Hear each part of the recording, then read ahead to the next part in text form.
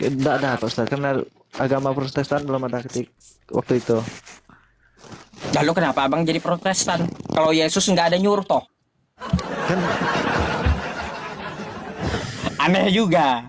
Ayo. kan kebanyakan silsilah kehidupan dia kan dari Alkitab Kristen Pak Ustaz. Ah, Di Alkitab Kristen kan banyak silsilah kehidupan tentang dia Pak Ustaz. Dari yang saya kelahiran sampai tanyakan ini kematiannya. abangnya. Yang saya tanyakan Anda, Bang. Terus Kalau Yesus tidak memerintahkan jadi Kristen, ya, lalu kenapa Anda jadi Kristen?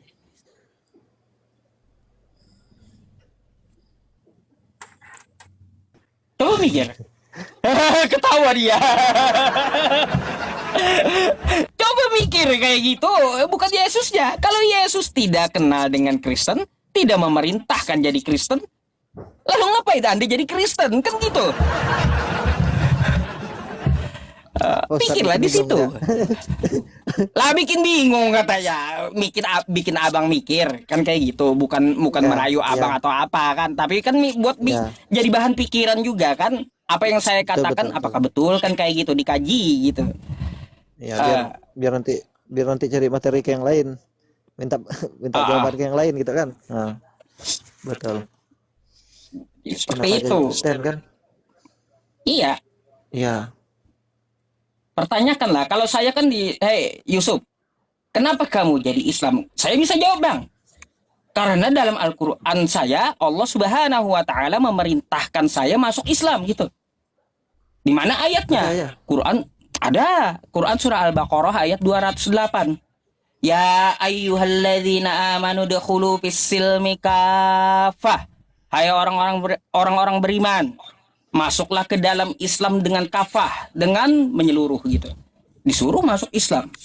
Sudah masuk agama Islamnya, lalu semoga Allah istiqomahkan wafat dalam Islam. Wala tamutunna illa wa antum muslimun. Dan janganlah kamu mati kecuali beragama Islam. Ah, ada apa di Islam? Kan kayak gitu. Iya, iya. Ada apa di Islam? Kenapa ditetapkan? Ya, semoga kita mati di dalam agama Islam. Karena agama Islam ini adalah agama satu-satunya yang diridhoi oleh Tuhan semesta alam. Yang menyempurnakan syariat para nabi terdahulu, Bang.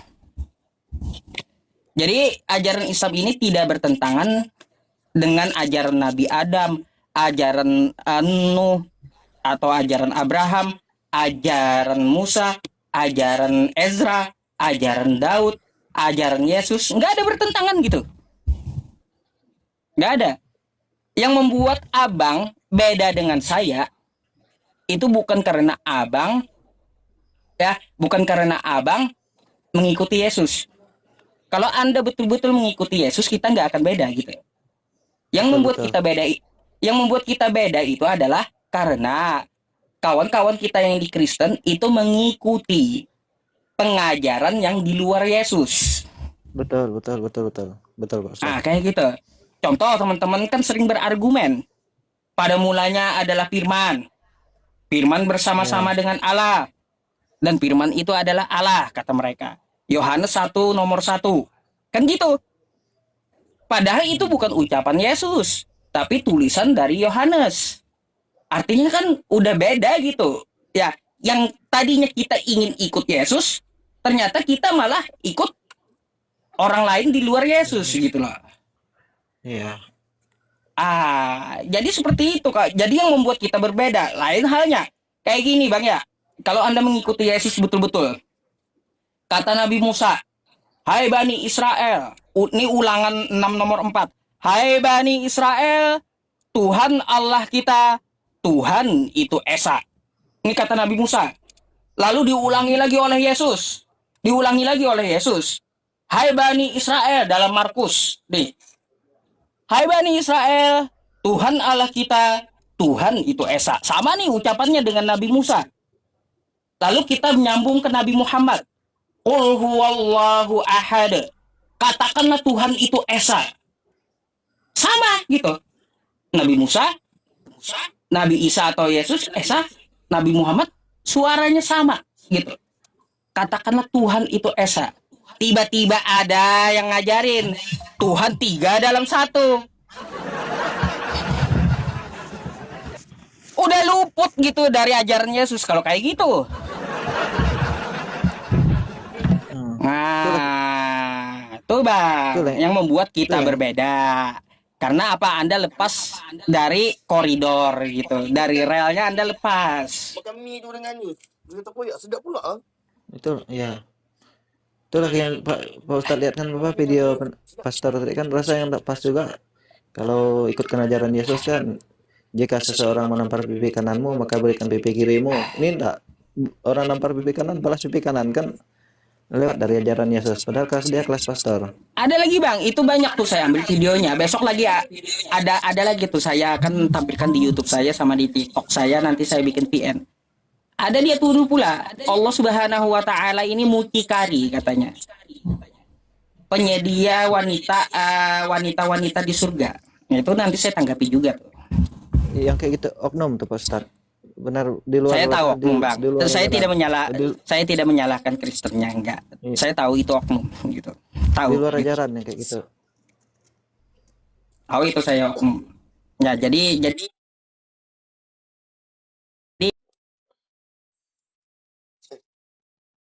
saya akan layani diskusi dengan baik kan kayak gitu. Tapi kalau Kristennya datang mau menghujat saya, ya silakan, nggak apa-apa. Kalau mau menghujat Nabi saya ngajak berantem berarti kan gitu. Kalau kau datang dengan adab, maka saya akan layani dengan baik. Kalau kau datang dengan biadab, maka kau kubasmi, ku tendang sampai sejauh mungkin. Kan gitu. Jangan berentam lah. Jangan berentam lah. Kan gitu. Jangan berentam lah. Nanti yang di atas nangis nanti. Iya gitu Bang Jermia. Tapi lihat kita. Tapi Yesus punya Tuhan ya. Ustaz ni ada balas puasa. Kalau menurut Alkitab memang punya, karena dia punya. Iya, Yesus punya Tuhan. Iya. Iya. Sama Bang, ente sama Edis sama. Kata Edis Yesus tuh punya Tuhan. Memang di Alkitab memang ditulis seperti itu. Abidat abang nih. Ya. Abidat kau Bang. Ibidat kau Bang. Yesus tuh kagak punya Tuhan. Dia Tuhan itu sendiri. Dia kan utusan Pak Ustadz kalau dia di bumi. Oh di bumi. Iya. Kan dia dan Bapa adalah satu katanya. Terlalu tinggi Pak Ustadz. Ya makanya kan alasannya kayak gitu. Ya. Yesus dan Bapa adalah satu katanya. Lihat yang komentar. Mualaf katanya. Mana Bapak mualaf? Udah Bang, nggak usah dipikirkan yang komen-komen tuh. Ya, fokus ke saya aja. Fokus ke saya. Iya gimana tuh Bang? Yesus berkata, aku dan Bapa adalah satu katanya. Ayo, Abang dibawakannya ayat itu nanti oleh Tritunggal. Bidat kau katanya. Tapi aku pakai ingat di Alkitab juga, walaupun nggak ingat di mana kan, tapi aku ingat juga ada di Alkitab tulis. Yesus punya Tuhan. Ya, dia pun berdoa kepada Tuhan di Taman Getsemani sebelum dia disalibkan. Dia berdoa kepada Tuhan. Tapi alasan Kristen yang lain itu Bang, itu dia lagi nyontohin ngajarin murid-muridnya berdoa katanya. Gini Pak Ustadz, apa tuh? Kalau menurut yang pernah saya dengar, mungkin saya salah dengar atau gimana kan? Waktu itu kan berdoa, minta biarlah cawan ini berlalu dariku, maksudnya kan penyalipan ini berlalu dariku, tapi yang memang sudah dinabuatkan bahwa dia harus disalib untuk menebus dosa ya Pak Ustadz. Iya. Berarti menurut saya memang utusan, memang diutus untuk disalib untuk menebus dosa. Utusan. Kalau menurut jalannya, ya. Bukan Tuhan dia ya. Utusan Bapa. Utusan Bapa bukan Tuhan, baik. Terus Bang, dia satu lagi nih. Kan cuma jalan. Kayak kita mau beli mobil kan harus ada kunci. Ibaratnya kuncinya di situ lah Tuhan. Ya situlah kuncinya, jalannya. Terus Bang, ya terus saya mau nanya nih tentang judul tuh. Abang baca. kan memuliakan Pak Ustadz. Oh iya, memuliakan kayak gimana tuh? Memuliakan kayak gimana? Maria kan memuliakan anaknya waktu itu di atas. Ada nggak dia nyembah? Saya ulang lagi ya, abang mau ngotot kemarin sama saya. Ayo kita ulang. Gimana mau ngotot sama saya sekarang? Ada. Udah siap pertanyaan itu nah. Ayo silakan mau ngotot sama saya. Ada saya siapkan datanya sebentar Ustaz. Nah itu malam itu terganggu sinyal Ustaz. Jadi pas saya mau sinyal data yang betul jadi salah. Dia kan ayo teman-teman, cari dulu abangnya ya. Yang teman-teman di YouTube yang 834 ya 834. Oke, bentar Bang. Saya sapa di YouTube sebentar. Teman-teman yang di YouTube yang 834 orang menonton di YouTube saya, tolong dikasih ini dong, jarinya dikasih like-nya lagi gitu ya. Like-nya baru 334 gitu. Setidaknya setengahnya lah dari penontonnya. Dalam kitab Matius Pak Ustaz ada dia menyembah tuh. Maria nyembah Yesus. Dibaca dulu Pak Ustaz. Berapa? Matius berapa? Matius 9. Bentar ya, Matius bentar mana nih? Matius 9. Nih. Matius 28 ayat 10. Matius 28. Ayat 1 dan ayat 9. Jangan sampai ayat 9 dan ayat 9. Setelah hari Sabat lewat, menjelang menyingsing fajar, pada hari pertama minggu itu pergilah Maria Magdalena dan Maria yang lain menengok ke kubur itu. Terus ayat 9 ketemu di ayat 9 deh nanti. Maria dan Maria yang lain kan berarti Maria Yesus, Maria Magdalena. Tiba-tiba Yesus berjumpa dengan mereka dan berkata, "Salam bagimu." Mereka mendekatinya dan memeluk kakinya serta menyembahnya. Oh iya. Oh, bisa dibuktikan oleh abang. Iya, ada teman-teman ya, ibu nyembah anak rupanya. Loh, aduh, kena jebak saya. Ada betul itu kata abang ini. Ya, saya nggak ada ini, nggak ini juga, nggak bohong. Nih, saya bacain tuh. Ya, Mama Yesus itu menyembah anaknya Yesus sendiri tuh. Ada.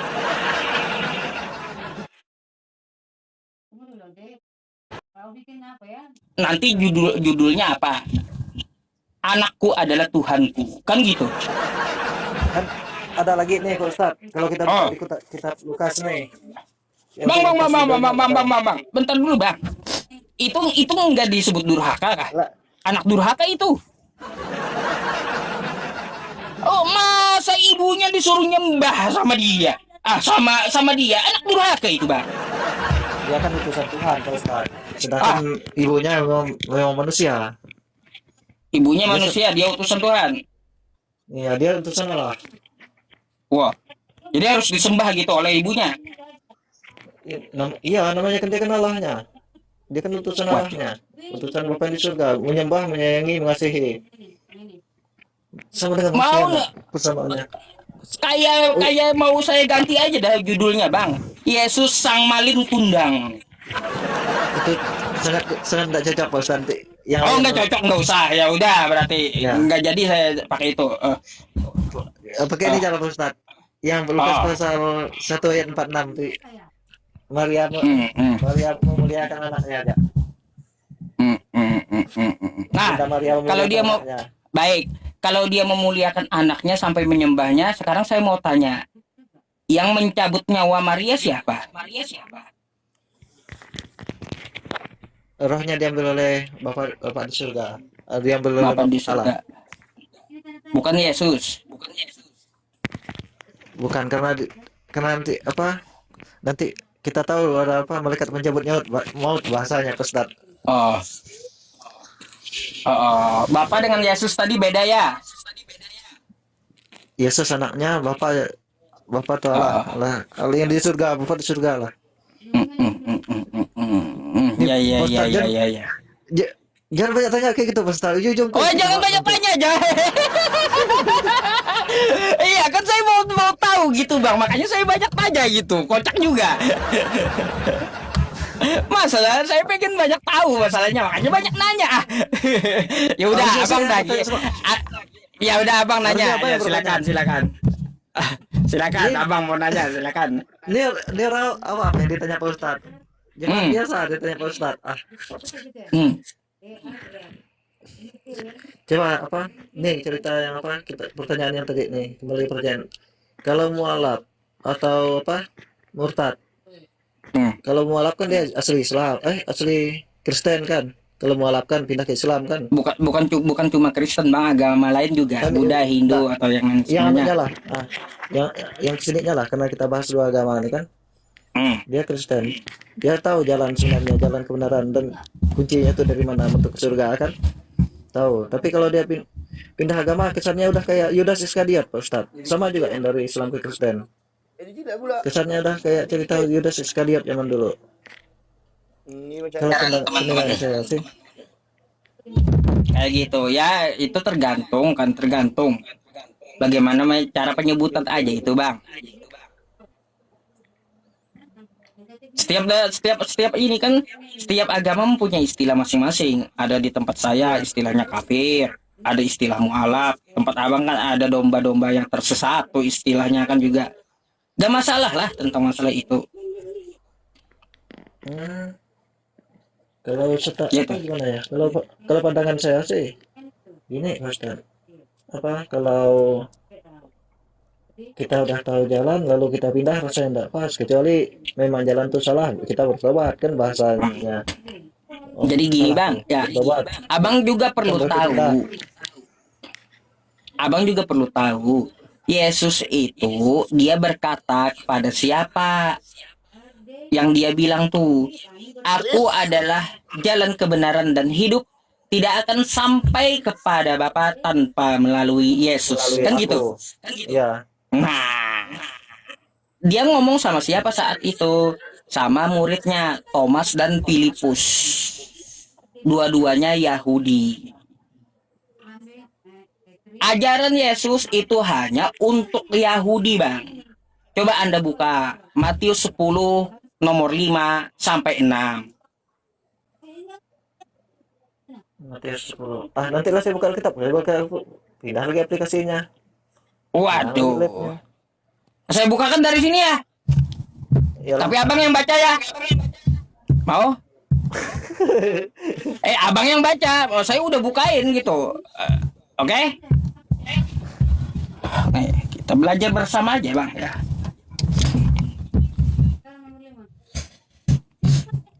Nih, Matius 10 nomor 5. ke-12 murid itu diutus oleh Yesus dan ia berpesan kepada mereka, janganlah kamu menyimpang ke jalan bangsa lain atau masuk ke dalam kota orang Samaria. Tapi melainkan pergilah kepada domba-domba yang hilang dari umat Israel.